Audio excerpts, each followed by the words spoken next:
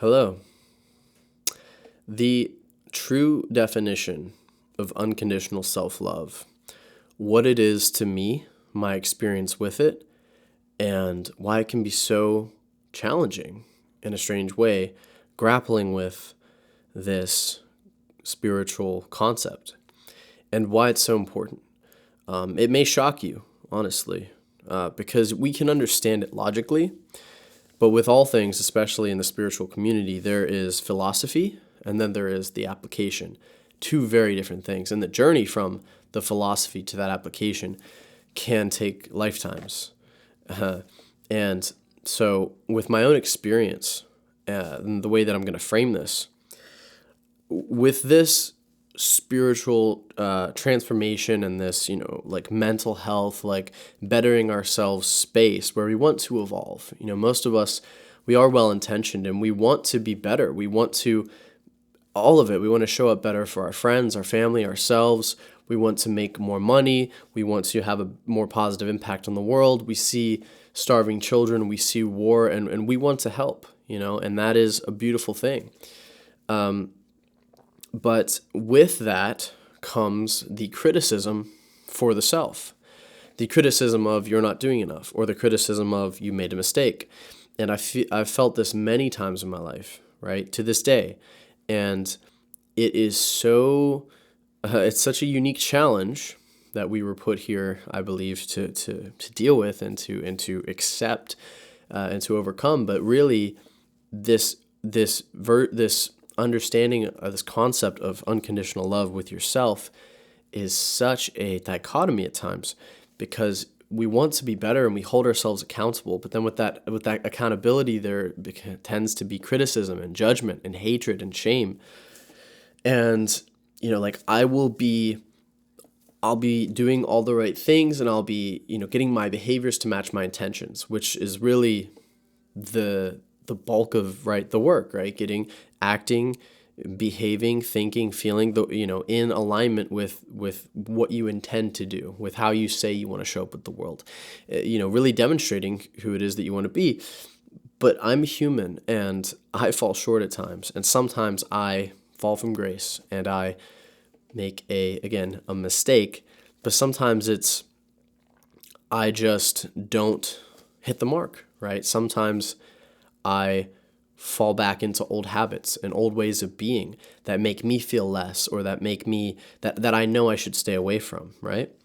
Whether it's self-judgment, whether it's judging other people, or just getting irritated at things I shouldn't get irritated about, or remembering old things that I thought were done with and then getting frustrated for remembering them and frustrated that I was frustrated, right?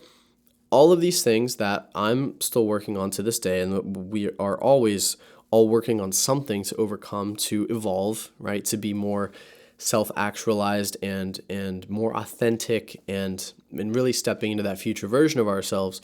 But with that awareness and that accountability, the criticism can be so harsh, and I experience it very often. And this concept of unconditional self-love,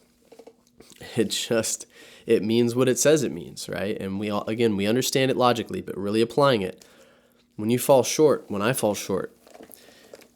I'm learning to look myself in the eyes in the mirror and say, you know what? You're okay. You're perfect. I love you. To really grasp that there are no conditions for this love, that I care for you like I would care for my best friend in the world, right? How would you care for them? How would you care for a little child, right? A little innocent, this perfect little creature. You don't need to make them feel bad. You don't need to hurt them. You don't need to intentionally cause any more pain than they already feel. They already feel guilty. They already feel upset that they maybe hurt someone's feelings or whatever it may be, right? So that's really with that self and maybe, I guess, like yourself, your higher self, yourself and your aware self. I don't know how I would put it off the top of my head, but that relationship with yourself, it's so important to build that relationship in a loving way, in a truly loving way. It's amazing how cruel we can be to ourselves. And I know it better than anyone, but I have been learning recently, where I I fall short and I step back into old patterns or old programs or old ways of thinking and doing things that I've done in the past that I know better than to do, or that I've decided that I know better than to do, right? And I've radically changed just in this new cycle, this maybe 3, 4, 5 months of just looking at myself in those moments where I fall short. Again, it's like in the grand scheme of things, like I'm doing great. Like I'm doing so many positive things for myself, but it's, as a human, we tend to focus on the one thing that we did wrong or the one thing that's not going right in our life, right? And that's another thing. That's another part of it. But that unconditional love just says, hey, you're good. Like, hey, we just get back on the horse, just get back on track. You just show up again. And if you want to apply this a different way, you want to make a different choice, fine, just do it. Right? But either way, my love is here for you. Either way, I'm going to be here to support you. And that support system, that self-trust, that faith, it's divine. Because when you can tell that to yourself, that's really God telling you that it's going to be okay, that you're safe, that no matter what, you could lose everything. You could be the biggest failure, the alcoholic, the addict, the gamble your house away, whatever it may be, reputation ruined. Through all that, for all of the valid reasons, maybe not valid, for all of the reasons why you could judge yourself and say, you piece of shit, you're going to do that anyway. But you don't need to rub it in, right? If you want to move on and you want to evolve and you want to be a more whole, integrated, healthy, happy, divine being that you are, it comes down to, no matter where you are, no matter what you've done, forgiving yourself, loving yourself, letting it go. And it's what we've been talking about in the spiritual community. I say that, but I mean, the spiritual knowledge as a whole for, centuries, for millennia. But it still needs to be heard, obviously, because I feel it in myself that it still needs to be heard. So here I am saying it, here I am preaching it, because I needed to hear this for myself, and I needed to remind myself as I talk into this microphone, into my phone.